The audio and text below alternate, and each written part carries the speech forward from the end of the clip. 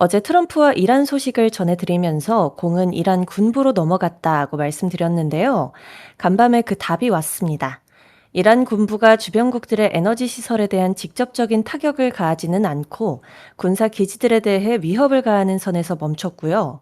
아울러 중재국들이 협상 재개를 논의하기 시작한 거예요. 그에 따라 유가가 2% 내리자 금리도 따라 내렸고 부담이 해소된 환경에서 반도체가 2.5% 오르며 시장을 끌었습니다. 그리고 새벽 기다리던 숫자가 나왔습니다. SK하이닉스 ADR 공모가가 주당 149달러로 제시됐는데 한국 본주보다 3% 비싼 프리미엄이 붙은 가격입니다. 차근차근 보겠습니다. 먼저 간밤 전반적인 등락을 체크해 보겠습니다. 나스닥 100이 1.6%, S&P 500이 0.8%, 다우가 0.3%, 러셀 2000이 1.2% 올라 지수 전반이 반등했습니다. 업종별로는 반도체가 2.5%, IT가 2.1% 오르며 상승의 핵심 축을 이뤘고 이미 소비재와 금융도 견조한 모습을 보였습니다. 반면 유가가 내린 날이라 에너지는 1.5% 부진했고 필수 소비재와 유틸리티도 약세였습니다. 위험 선호가 돌아오면서 방어적인 섹터들이 뒤로 밀리는 전형적인 그림입니다.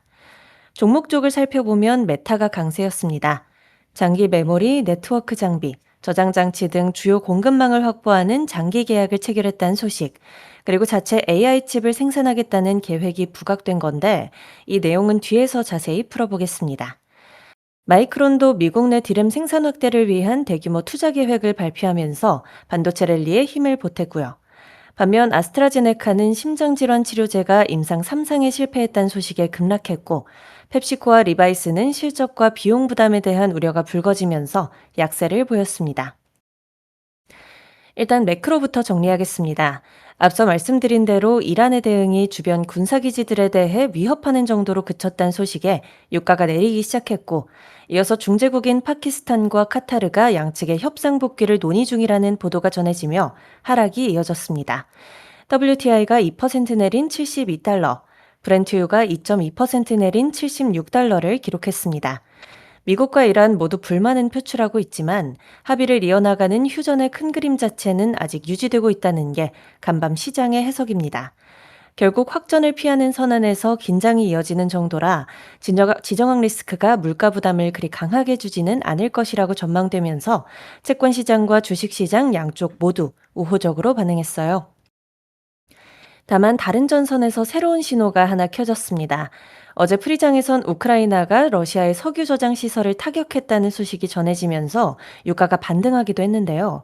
이번 우크라이나의 압박이 트럼프 젤렌스키 회담 직후에 나왔기 때문에 이 건을 두고 우크라이나와 미국 사이에 일정 부분 교감이 있었던 것이 아니냐는 관측도 나오고 있습니다. 중동의 긴장 수위가 내려가는 사이 러시아 우크라이나 쪽에서 유의미한 움직임이 나오지는 않을지 새로 지켜볼 부분이에요. 다음으로 경제 지표는 뒤섞인 신호가 나왔는데요. 주간 신규 실업수당 청구가 21만 5천 건으로 예상을 밑돌았습니다. 노동시장이 생각보다는 견조하다는 것이 다시 확인됐다고 볼 수 있고요. 그러는 와중에 6월 기존 주택 판매는 전월보다 2.4% 줄어든 409만 채로 예상을 하회했습니다. 집값은 비싸고 모기지 금리도 높은 데다가 코로나 시기에 낮은 금리로 대출받은 집주인들은 집을 팔지 않고 버티면서 잠김 효과가 이어지고 있고 이에 따라 거래량 자체가 감소한 측면이 있습니다. 그래서 주택 수요 자체가 부진하다고 보기는 어렵고 수요와 별개로 거래가 일어나기 어려운 환경이라고 해석할 수 있겠습니다. 연준에선 윌리엄스 뉴욕 연은 총재 발언이 있었습니다.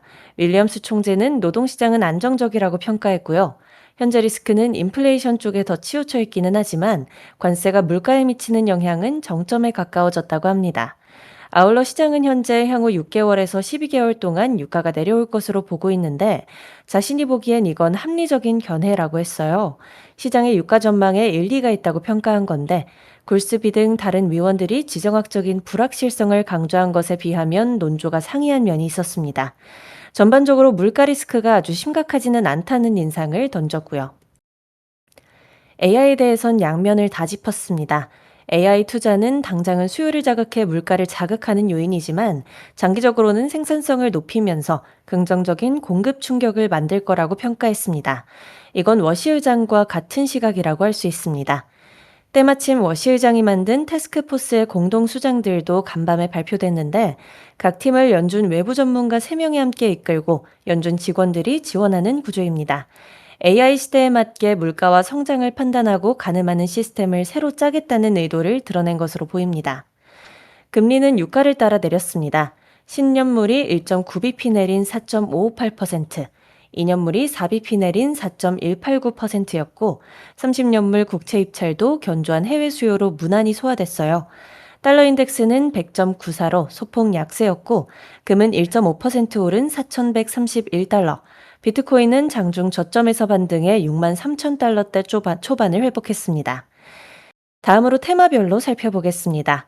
먼저 상승한 쪽부터인데요. 테마의 중심은 반도체였습니다. 반도체 장비 ETF인 PSI가 5.3% 급등했는데 재료가 된 것들을 보면 전부 메모리와 관련이 있었습니다. 하나씩 보겠습니다. 첫째, 메타입니다. 로이터가 입수한 내부 메모에 따르면 메타는 컴퓨팅 용량을 올해 7기가와트 배치하고 내년까지 14기가와트로 2배 늘릴 계획이라고 합니다. 올해 AI 인프라 지출은 최대 1,450억 달러로 지난 4월에 제시되었던 범위에서 상단에 있습니다. 그리고 이 확장을 바치기 위해 다년간의 공급 계약을 체결해 두었는데 그 상대가 메모리는 삼성전자, 저장 장치는 샌디스크, 광케이블은 스미토 모전기라고 합니다. 메모리 부족이 소비자 가격을 올릴 만큼 품귀 현상이 심각한 시기에 몇 년치 물량을 미리 확보한 겁니다.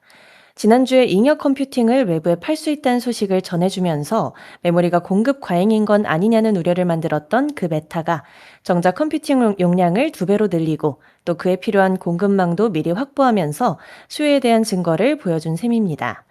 메타의 자체 AI 칩 아이리스도 9월 양산에 들어간다고 하는데요. 이건 엔비디아를 대체한다기보다 보완하려는 시도로 볼 수 있습니다. AMD와의 대규모 칩 계약도 별도로 유지되고 있고요.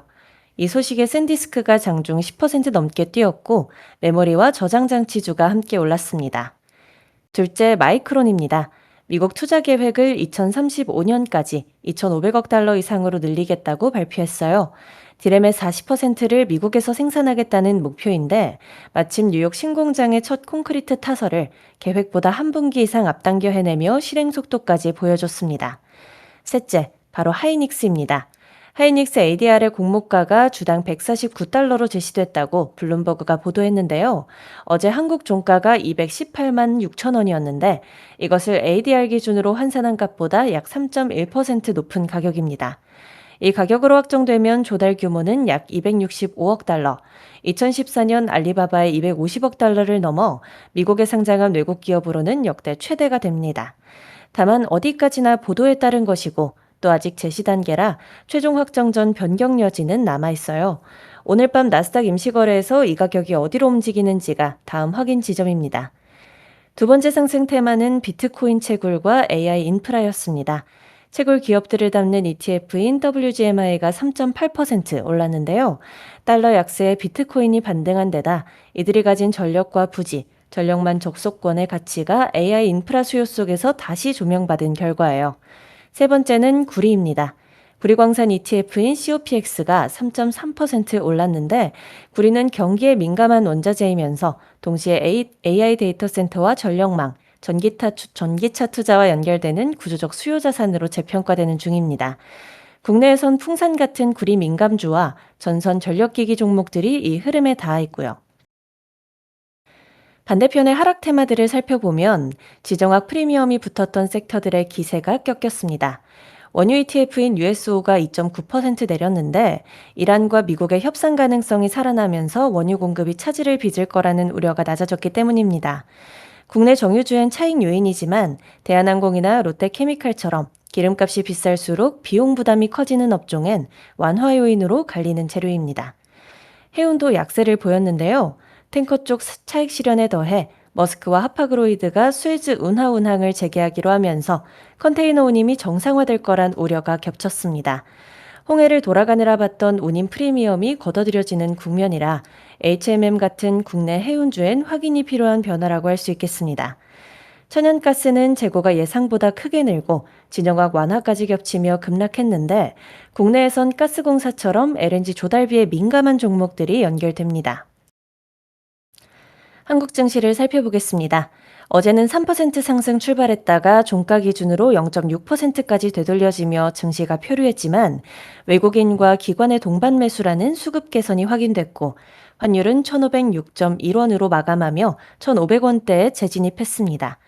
아울러 미국 반도체의 급등, 유가와 금리 하락, 그리고 메타 삼성전자 장기 메모리 계약이라는 여러 가지 재료들이 있기 때문에 일단 분위기는 나쁘지 않을 것으로 보입니다. 다만 부담이 되는 소식도 하나 있습니다. 러트닉 미 상무장관이 반도체 기업들의 미국 투자 확대를 압박하고 있다는 소식인데요. 오늘 당장보다는 꾸준히 지켜볼 변수로 평가할 수 있겠습니다. 그러면 향후 관전 포인트를 확인하면서 정리하겠습니다. 오늘 밤 SK하이닉스 ADR이 나스닥에서 종목명 SKHYV로 임시 거래를 시작합니다. 새벽에 제시된 149달러가 첫 거래에서 어디로 움직이는지 함께 확인하시겠습니다. 오늘 오후엔 TSMC의 6월 매출이 나옵니다. 파운드리 가격 인상 소식 직후라 AI 수요의 온도를 재는 의미가 더 커졌고요. 국내에선 외국인 기관 순매수가 사흘째로 이어지는지, 원달러가 1,500원 선에 안착하는지가 확인 지점입니다. 러시아 우크라이나 쪽 움직임과 유가의 방향도 새로 지켜볼 변수고요. 다음 주로 넘어가면 목요일 금융통화위원회, 수요일 중국 창신 메모리의 수요 예측이 대기하고 있습니다. 네, 여기까지 미국 증시 마감 시황이었습니다. 오늘 아침 방송은 여기까지입니다. 금요일 아침 함께 해주셔서 감사합니다. 오늘은 이번 주 마지막 흐름을 차분히 확인하는 하루가 될 것 같고요. 장 마감 후에는 저녁 방송에서 다시 복귀해 보겠습니다. 출근길 안전하게 이동하시고요. 금요일 하루 너무 무겁지 않게 보내셨으면 좋겠습니다. 저는 저녁에 다시 인사드리겠습니다. 감사합니다.